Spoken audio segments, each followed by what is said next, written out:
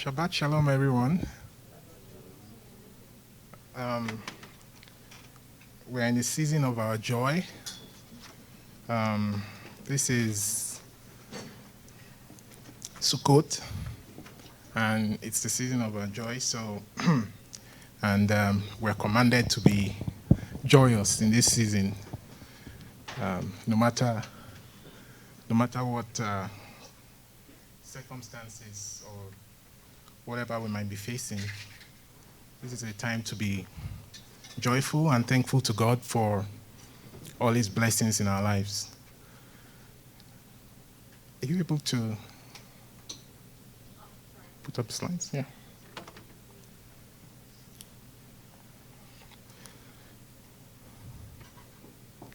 So I have this Jewish folk tale, and it's a pretty long one, but and you have to follow really closely to get the gist behind it. So it says, or does someone want to help me to read? Okay. One day, Solomon decided to humble Benaiah ben Yehoiada, his most trusted minister. So he said to him, Benaiah, there is a certain ring that I want you to bring to me. I wish to wear it for Sukkot, which gives you 6 months to find it.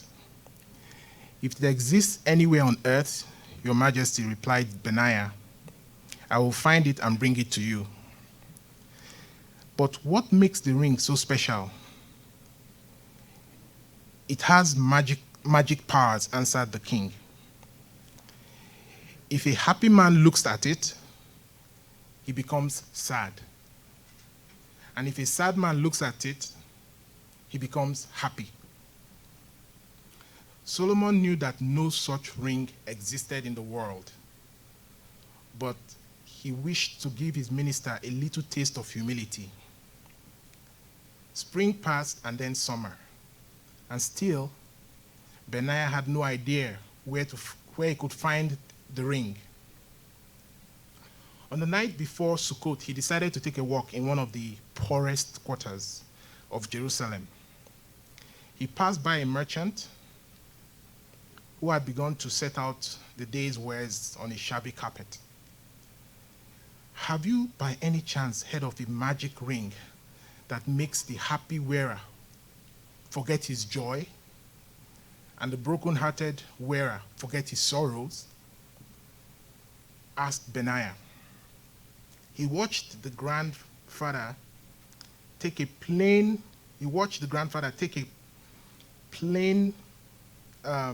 gold ring from his carpet and engrave something on it. So when Benaiah read the words on the ring, his face broke out in a wide smile. That night, the entire city welcomed in the holiday of Sukkot with great festivity. Well, my friend, said Solomon, have you found what I sent you after? All the ministers laughed, and Solomon himself smiled. To everyone's surprise, Benaiah held up a small gold ring and declared, Here it is, Your Majesty.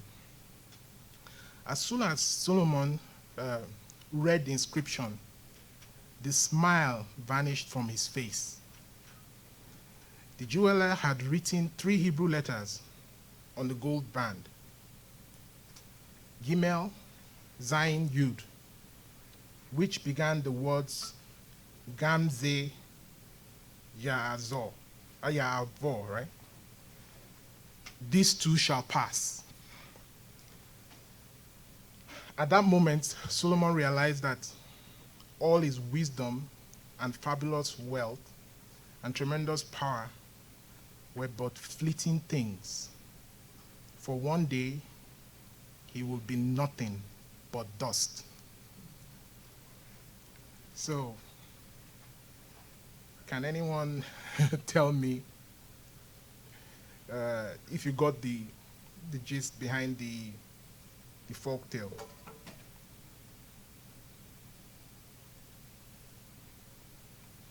So, um,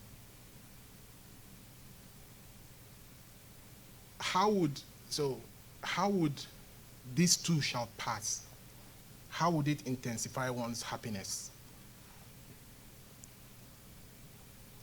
Okay, so when it says these two shall pass, well, I mean, this was just me trying to digest it. When it says these two shall pass, this is the time of Sukkot. This is the season of our joy. And what I read from the folk tale is that these two shall pass. If you are very happy, even if you are joyous, the ring says these two shall pass. You might not always be happy, right? Because situations change, right? If you are very sad and the ring says these two shall pass, it will give you joy because it's telling you that you might be sad today, but this sadness or the cause of this sorrow will pass. So by having these two shall pass on that ring, it's able to make someone who is happy, maybe not necessarily sad, but thoughtful of the fact that, you know, you're happy today, you might not be happy tomorrow, right? And for someone who is sad, who sees it, these two shall pass, there's hope for tomorrow. There's hope for a better day. Okay. So I'll go to the next one. So the next one, does anybody want to read it for me? Okay, let me read it. So this one is about the two watchmen. It says, once there was a king who had a beautiful orchard with splendid figs. He appointed two watchmen for his orchard. One watchman was lame, and the other one was blind. One day the lame man said to the blind man, I see beautiful figs in the orchard. Come, I will ride on your shoulders, and we'll take them and eat them. So the one was blind, and one was lame. So the lame man said to the blind man, I will see beautiful figs in the orchard, come. So the lame one who couldn't walk was going to climb the shoulders of the blind one. So the lame man could see, so he could see into the orchard, right? So the lame man rode on the shoulders of the blind man, and they took the fruits and ate them.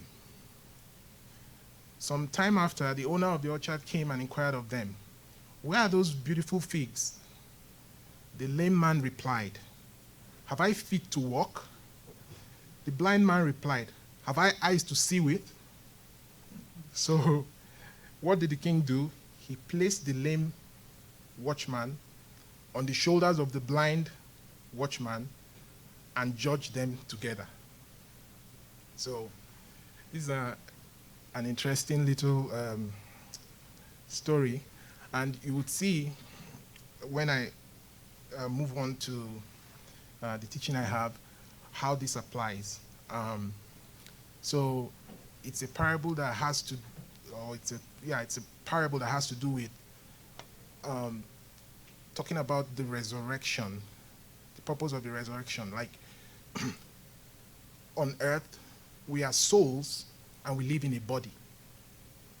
So when it comes to the time of the judgment, our souls and our bodies, if we are no longer living, that's why the resurrection would happen, to bring the soul together with the body and stand before God in judgment. So this parable talks about how judgment cannot happen on the body only, and it cannot happen to the soul only. The body has to be connected with the soul to stand before God in judgment. So let's move on. So since we're in Sukkot, I decided to do a quick run through of talk about Sukkot and what it's all about, and just try and acquaint ourselves with what Sukkot is all about. So Sukkot is a week-long Jewish holiday that comes 5 days after Yom Kippur, and Sukkot celebrates the gathering of the harvest, and it commemorates the miraculous protection God provided for the children of Israel when they left Egypt. And Sukkot is celebrated by dwelling in booths, sukkah, and by taking the 4 species, the Abba Minim. The first 2 days this year of Sukkot started October 9th until October 11th. In Israel, it's 1 day. The first day is the Yom Tov, right? But in diaspora, the first 2 days.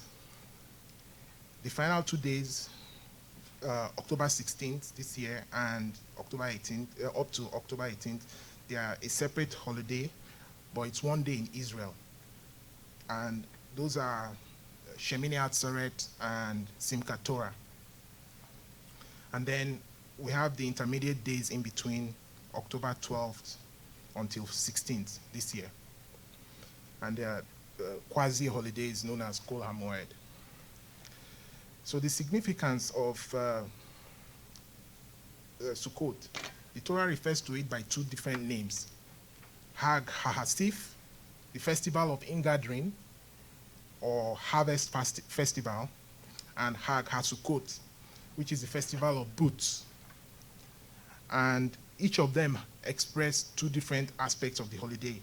So one talks about the agricultural aspect of the holiday, while the other talks about the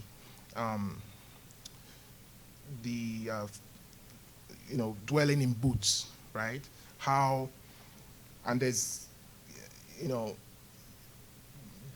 a kind of argument about what dwelling in booths is all about, whether it has to do with the clouds of glory that the children of Israel experienced when they were passing through the wilderness, right? There was the clouds that came by day and protected them from the direct sunlight. And some say it has to do with, the temporary booths they built, while they journeyed through the wilderness. So in Israel, crops grow in the winter and are ready for harvest in late spring. Some of them remain out in the field to dry for a few months, and they are only ready for harvest in the fall. So it's in the fall, Hag HaSif, the harvest festival, that it's time to bring in all the harvest and show appreciation to God for all the crops, the full harvest. Because each of the festivals, Passover was the harvest of the barley, and then Shavuot was harvest of wheat, and then Sukkot was harvest of all the fruits and vegetables and stuff. So these were agricultural festivals, but Sukkot seems to have 2 aspects to it. One about the agricultural aspect, and the other about the dwelling in booths. Then, for 7 days, they dwell in, even today, we dwell in sukkahs, we dwell in our in the booths, and we eat our meals in the booths, and some even sleep in the sukkah. And the idea is that the sukkah is like our home during the festival, and the goal is to spend as much time as possible in the sukkah. And the other thing we do during sukkah is we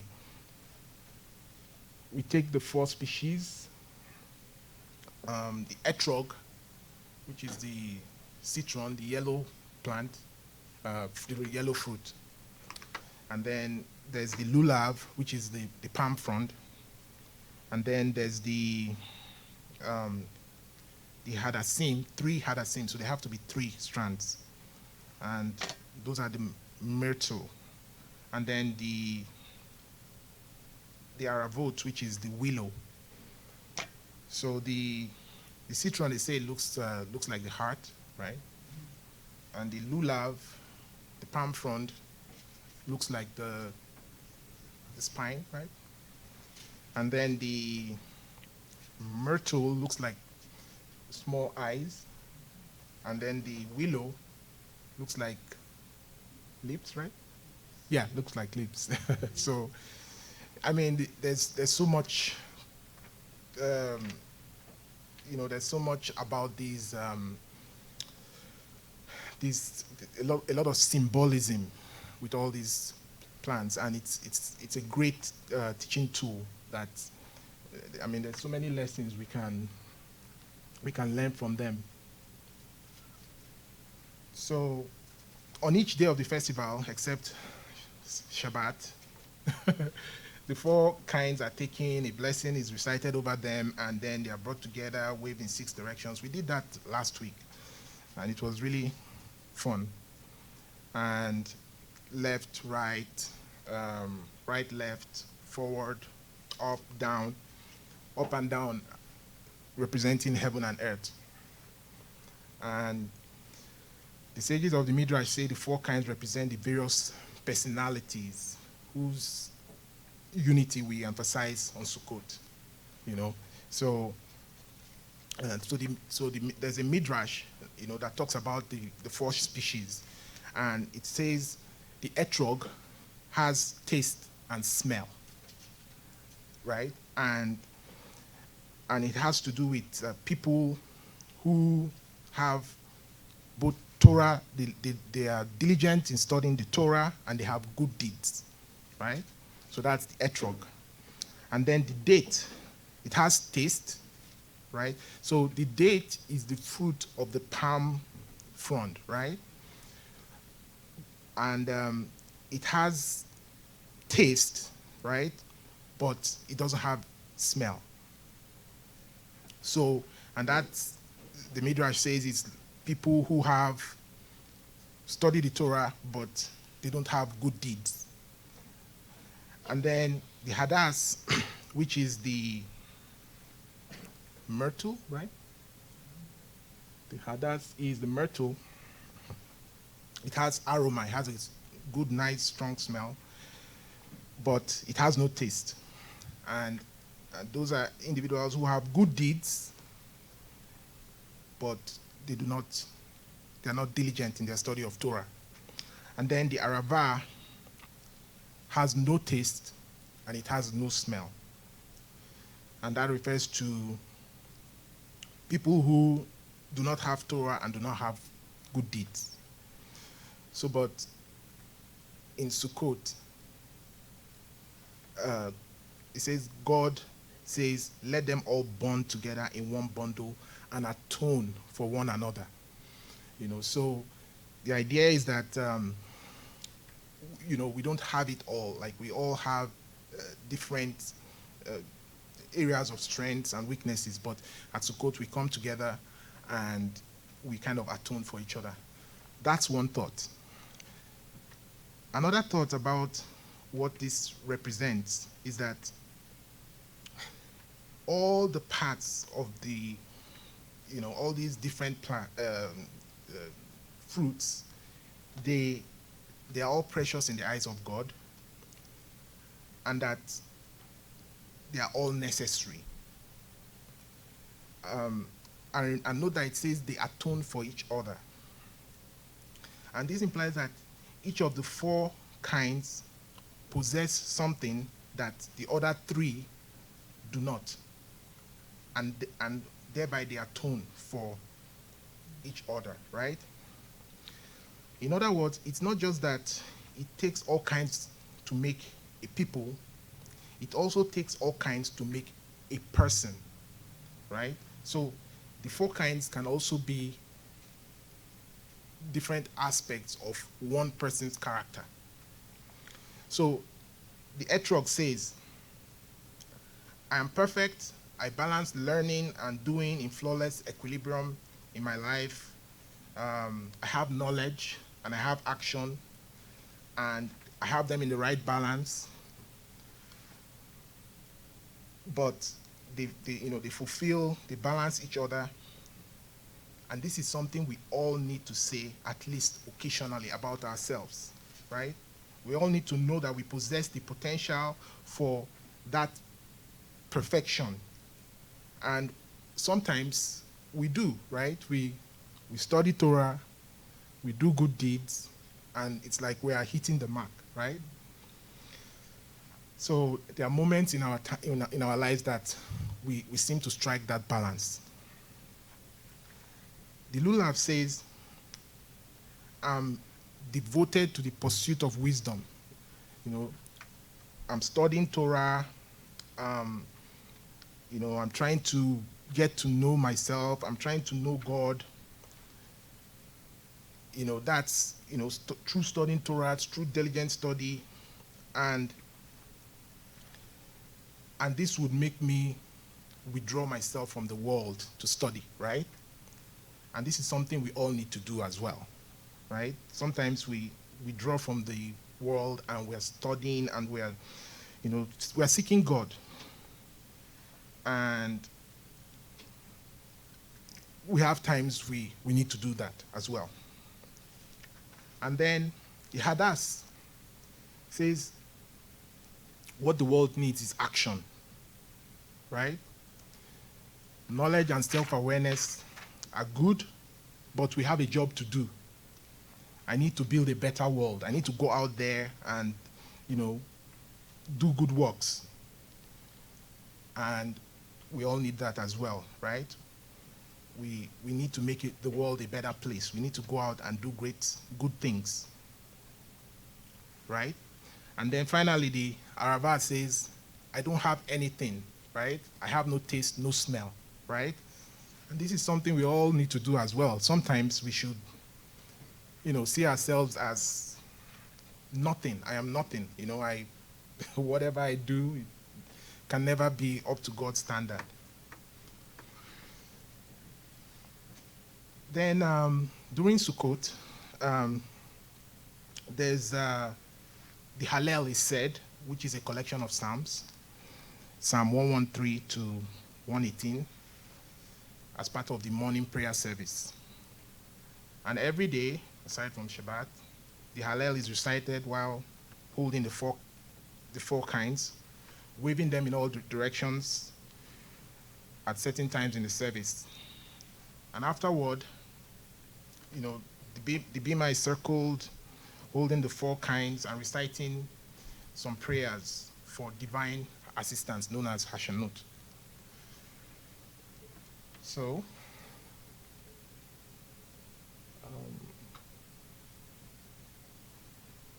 then Hoshana Rabbah is the seventh day of the holiday, right? And that's the day when the belief is that everyone's fate for the coming year, which was signed on Rosh Hashanah and sealed on Yom Kippur, this is the day it is finalized. So, and on this day, the tradition is to circle the bima 7 times and to say a prayer and strike the bundles with bundles of 5 willows, also known as Hashanot, striking the ground. So these are traditions, right, which Jewish people do. And then in the days of the temple, there was a special set of sacrifices that were brought to the altar. So on the first day, there was 13 bulls, 2 rams, 14 lambs, and they were sacrificed on the altar, right? And so if you read that passage, you will see that the first day there was 13 bulls, the next day there was 12, then 11, 10, and when you add up all the numbers, it adds up to 70. And we know from the Bible that 70 is the symbolic number for the nations. And this is really something that's the Jewish people had been doing for the nations over the years. When the temple was standing, the Jewish people were actually making sacrifices, making prayers for the nations. And it's almost like the world is missing that today. The world is missing that blessing that used to come when the temple was standing. Those prayers and those sacrifices that were being done at that time. It's an awesome thing, because the Jews were always praying for the nations. And the nations don't seem to realize how valuable those prayers were. And that's why today we join in praying for the rebuilding of the temple. So, along with Passover and Shavuot, Sukkot is one of the Shalosh Regalim. We just read it in the Torah reading in Exodus 34, verse 23. It's one of the three annual pilgrimage festivals where every Jew was to be in Jerusalem. And every 7 years on Sukkot, the king will read aloud the Torah to the entire nation, men, women, and children. And this special gathering was known as Hakel. So it was a tradition that every year, 3 times a year, every Jew would go to Jerusalem, mostly the males. It was kind of obligatory for the males, but if someone was ill or had extenuating circumstances, you could be exempted from going. But if you had the means and you were healthy and everything was okay, you had to be in Jerusalem 3 times a year. So then there was also the water, the ceremony about the water. Like on Sukkot, the belief is that God determines how much rain will fall that winter, right? Because the winter is when you have the primary rainy season in Israel. So while every sacrifice in the temple included wine libations, they also poured, water was also poured over the altar in a special ritual with joy and dancing and music. And it was the water drawing ceremony, and it was a very, very joyous ceremony. And it's called Simchat Beit Hashoeva, right? So the joyous water drawing ceremony. So it was a really great ceremony, and in fact, in the Talmud, it says that one who never saw the water drawing ceremony has never seen joy in his life. So it was a wild party, if you call it that, if I can use that. And the holiday was so joyous in Talmudic times when, someone just said Hag or holiday, without specifying which one, you knew they were talking about Sukkot. It was the feast. And just like Yom Kippur was the fast, the Sukkot was the feast. So even today, when there's no temple, it's customary to hold night celebrations that include singing and dancing, live music. They still try to celebrate it today. So the water drawing ceremony was like the climax, like the height of celebration. And it's interesting that in, looking forward in the Messianic age, in Zechariah 14, 17 to 19, it talks about it will be that whichever of the families of the earth do not go up to Jerusalem to worship the King, the Lord of armies, there will be no rain on them.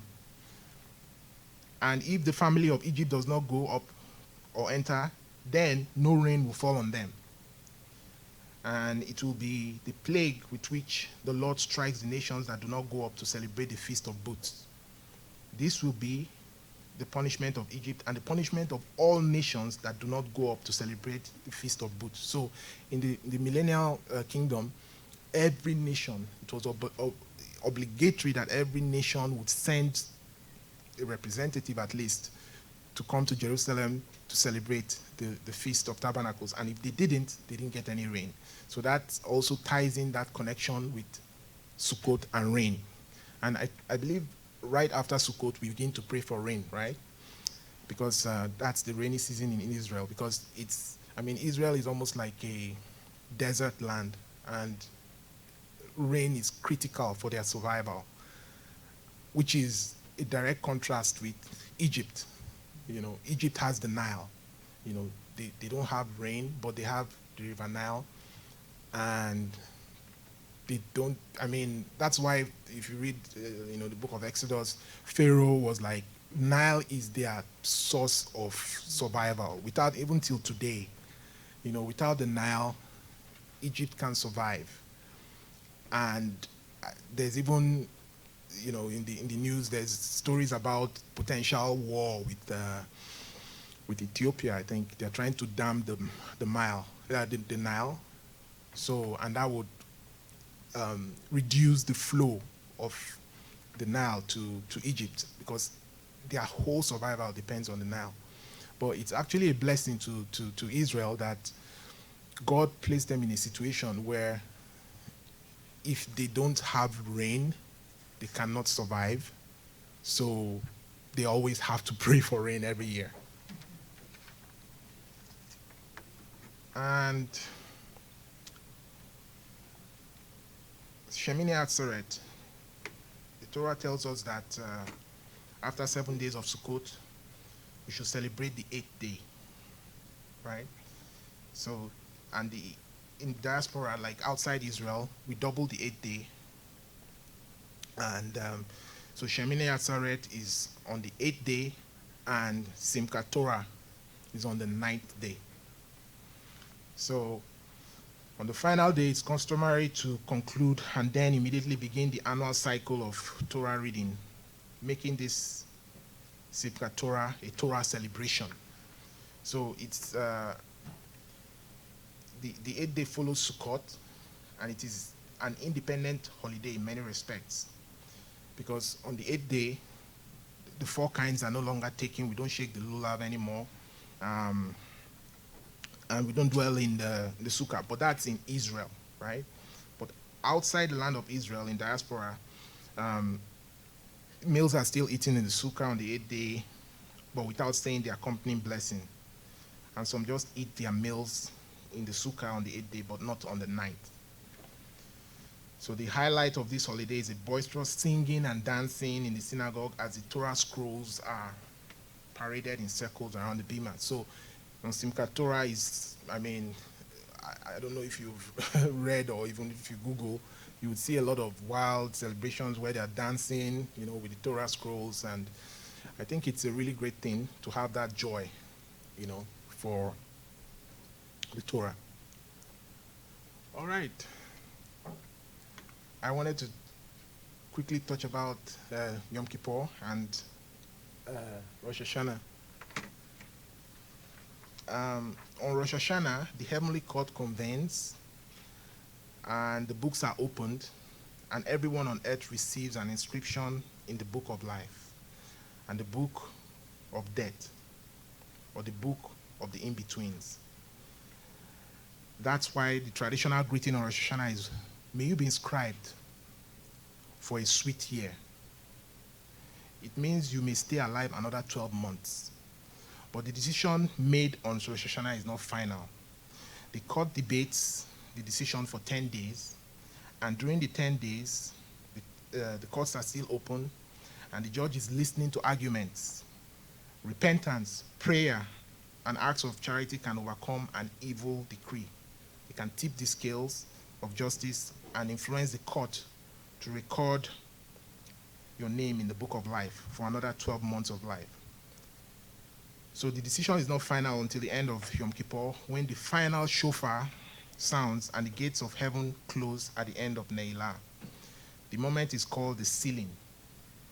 That's when the decisions are sealed That's why we say, may you finish sealed with a good inscription. So this cosmic drama explains the awesomeness of the fearsomeness of Yom Kippur. And on Yom Kippur, we draw near to God. Just like as it says in the book of James, draw near to God, and he will draw near to you. Cleanse your hands, you sinners. Purify your hearts, you double-minded. Be wretched, mourn and weep. Let your laughter be turned into mourning, and your joy to gloom. Humble yourselves before the Lord, and he will exalt you.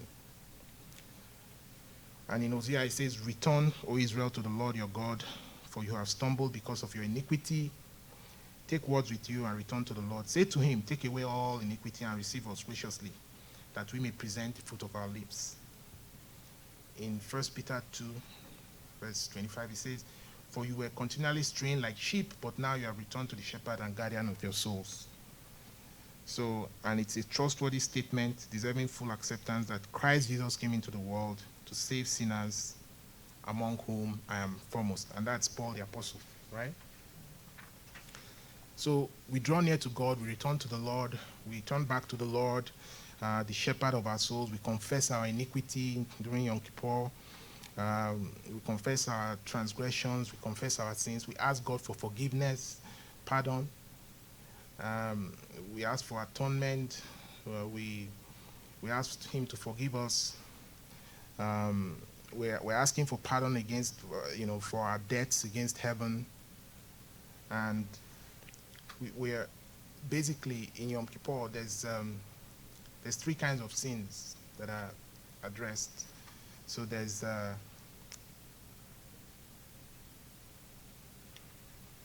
there's het, which is iniquity. There's avon, which is transgression, and there's pesha. And het is done unknowingly, right? So the three different kinds of sins. So het is sin that's done unknowingly, inadvertent sin, missing the mark, right?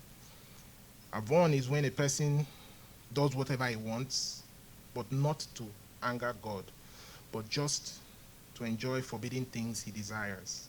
And pesha is when a person recognizes his master and yet rebels against him to cause anger. So I was trying to explain the three different kinds of sin to Ekenem and Jukes. So I was telling them that, let's say you're trying to find your way. My wife can relate with this very well. You're going somewhere, right?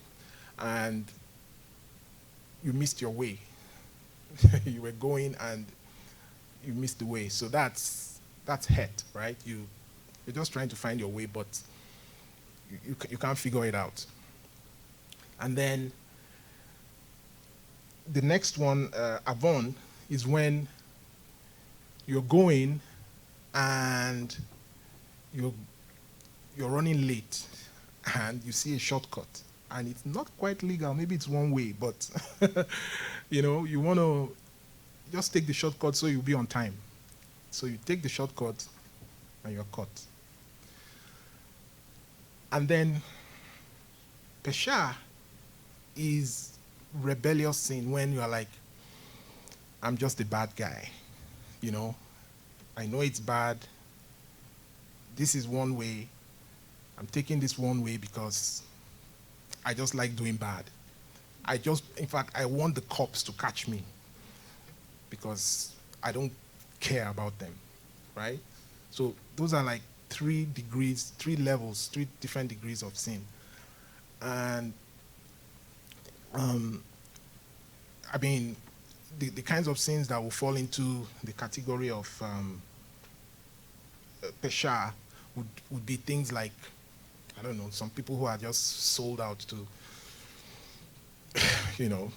murder, or, things that you do, it's wrong, and you're doing it because you just deliberately want to do wrong, but, a lot of sins, I would say, for the average person would be, the sin of the first two, where you do things You do the wrong thing sometimes because of a weakness in your character or something like that. But regardless of the kind of sin, at Yom Kippur, it takes care of all the different kinds of sins because it mentions all the different categories. And I mean, thinking about it now, there are times we deliberately do things to hurt someone. I don't know if that will fall into the category of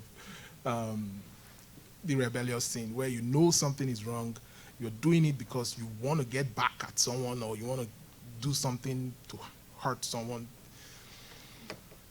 So, but Yom Kippur is a time when we come and we confess all our sins and we try to make things right with God. And the last thing, and the question I want to leave with everyone is, so if the crucifixion of Yeshua on the cross or execution stake remediated our sins, why do we practice the ritual of Yom Kippur? Does anyone have an answer? Or, yeah. The Passover was a very separate sacrifice than what occurred on Yom Kippur. The Passover was, the Yom Kippur was the atonement for sin of Israel. The Passover was that the firstborn had to die. Hmm. And had it not been Christ, it would have been us, right? It was that saved us from the penalty of sin. Right? Okay. Does anyone have any other ideas about, I mean, if Yeshua died and rose and everything, what's the point? I mean, okay, the traditional replacement theology thinking is that all these feasts and everything is done away with, the death and resurrection of Yeshua is taking care of everything. So why do we even bother?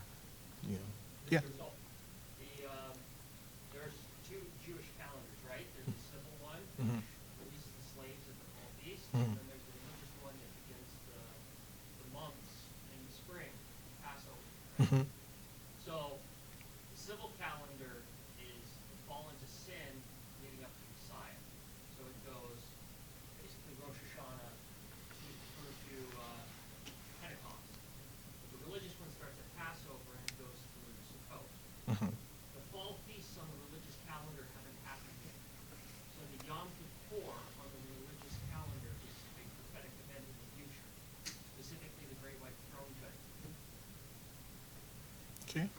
Yeah, that kind of hits on kind of where my thoughts were going about it, because it's something I've thought about a lot, and I've been thinking. I said, I mean, how, like, I guess the question that we should be asking is, shouldn't what Yeshua did on the cross, his death, his resurrection, his ascension, his exaltation, affect the way we celebrate Yom Kippur? Or rather, should the question be, we should be asking is, how should Yom Kippur affect the way we understand what Yeshua did? Right? So, because, so I just want to quickly offer some thoughts about that. That's the last thing I have. So, one thought is, the book of Hebrews compares Yeshua's death and resurrection to the Yom Kippur ceremony, right? In the temple. And in this analogy, Yeshua acts as the heavenly high priest in the heavenly temple. But he's also the sacrifice that works atonement in the temple. So Yeshua seems to have a twofold image. We see him as priest and we see him as the sacrifice. So He's presenting his own blood, as he makes his way into the Holy of Holies of the heavenly temple by virtue of his resurrection and ascension to those realms. So it's kind of, he's the priest and he's also the sacrifice. And it seems to be a characteristic of the priesthood according to the order of Melchizedek. Because in the priesthood according to the order of Melchizedek, we are the sacrifice, right? Because it says, present yourselves, right? In Romans, 12, I think, verse 1. So, from that perspective, the temple on earth and all the Yom Kippur ceremonies associated with earthly temple are a reflection or a copy or a shadow of those heavenly realities. So what we do on earth is just a shadow of the service that Yeshua is doing in the heavenly temple.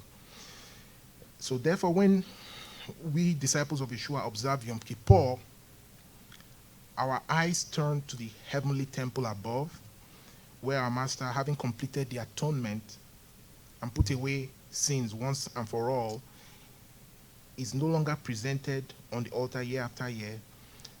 He remains in the Holy of Holies, seated in concealment at the right hand of the throne of glory. So here on earth we stand with Israel, assembled in the courtyard, breathlessly awaiting the high priest from the Holy of Holies. Right? There's this, I encountered this makore. I don't know, anyone heard of makore? It's this makore. Sorry? Oh, is that what it says? That's what it means, right? Okay. Yeah, so there's a song that the children of Israel, like a poem, like there's a song that children of Israel sing when, like imagine, just think back to when the temple was standing. The high priest goes into the Holy of Holies, he's going to do the ceremonies and everything. And in fact, there's even stories that they would even put strings in, tie strings to his feet so that if he wasn't worthy or something goes wrong, he collapses, they can pull him out, right? So there was this eager anticipation for the high priest to come out from the Holy of Holies because it wasn't guaranteed that he will come out. So, it's like a thriller, like watching a movie, a thriller movie where, the whole destiny of the nation, whether they will be forgiven for another year, depended on whether the high priest came out. So everybody was waiting with bated breath. And once the high priest came out, they burst in, joy and song and singing, And this makore, I think it's a poem or a song that they sing when they see the high priest. So we join them, and we are waiting to see. And like my Maimonides said, we believe and affirm that the Messiah will come. One should not think he is delayed. If he tarries, we should await him. Upon the Messiah Yeshua and his redeeming merit, we pin all our hopes. As the Yom Kippur liturgy explains, for we have no merit of our own. If not for Yom Kippur, its symbolism and its substance, the meaning and the significance of the death and resurrection of Yeshua would largely be a theoretical abstraction, a vague notion about the vicarious suffering or some cosmic ransom price. It would be a point of dogma. But the observances and traditions of Yom Kippur, both the ancient observances in the temple and the modern observances in the synagogue, illuminate for us the work of Yeshua. His descent, his suffering, his death, his ascent, his exaltation, and his atoning work on behalf of the nation. They root them in the earthly human experience and interaction with the divine in tangible terms that we can understand. So the ceremonies of Yom Kippur help us to understand what's going on there, right? So I'll stop here. I could go on, but it's really interesting, and it's a thought I wanted to leave with you. And it's something I've been thinking about a lot and trying to find answers to understand why do I need to, participate in Yom Kippur when Yeshua already satisfied the demands. But there's a lot of symbolism. There's a lot of lessons. It helps us put flesh, as it were, on those, those things that are happening in the heavenly realm. Thank you very much.